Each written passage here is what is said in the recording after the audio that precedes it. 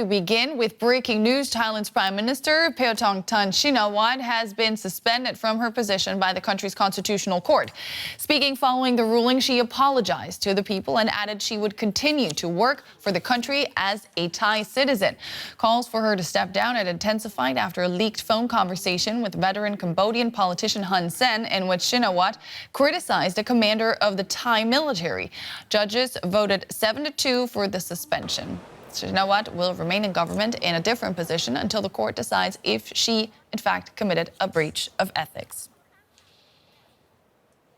Let's bring in DW correspondent Tommy Walker from Sisaket in Thailand. Tommy, how much of a surprise is this decision by the court? How did it come to this?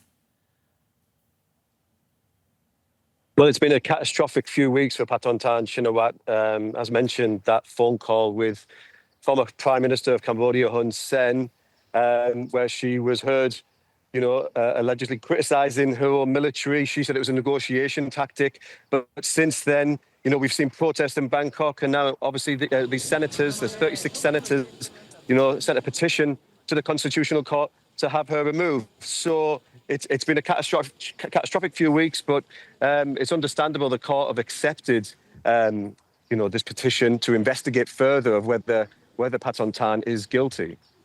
When do we expect the courts to make a final decision on that, and which way is it likely to go? Well, today's ruling was 7-2. So, and these sort of things normally can take 1 to 2 months. People would expect it to be, more straightforward.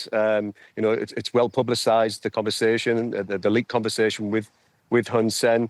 And we'd have to look back at, these sort of alleged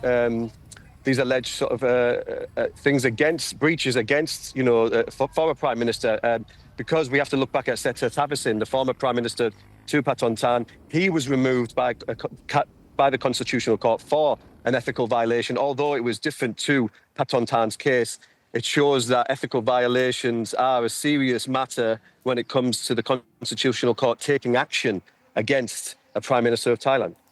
But in this case, she's being allowed to remain in government. Do we know in what capacity?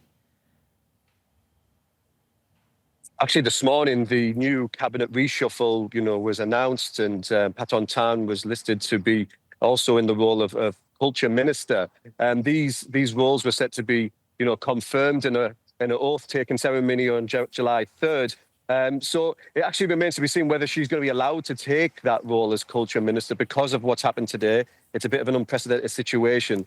It's unusual, of course, but it just remains to be seen whether she's going to be allowed that whilst the Constitutional Court investigate her for this alleged ethical violation. Will the government remain stable, or could we be looking at yet another military intervention in Thailand? I mean, we've had the first protest since 2023 at the weekend, calling for Paetongtarn to resign at the time. There are concerns that this could be, the pretext to another military coup. I mean, we've seen this before. Thailand at the moment is having issues with Cambodia and border disputes, and these sort of issues have happened in the past, which have led to military coups in the last 10 to 20 years. So right now, I think we just have to wait and see what happens with this investigation from the Constitutional Court to what happens to Paetongtarn before we can see what happens next. But at the protest of the weekend in Bangkok, there were thousands that came out against Paetongtarn and her government. And some activists at the end were actually calling that it wouldn't be, the worst thing for a military coup to happen. But we have to wait to see what this investigation holds and what happens next. Says DW correspondent Tommy Walker in Sisaket in Thailand. Thanks so much. Thank you.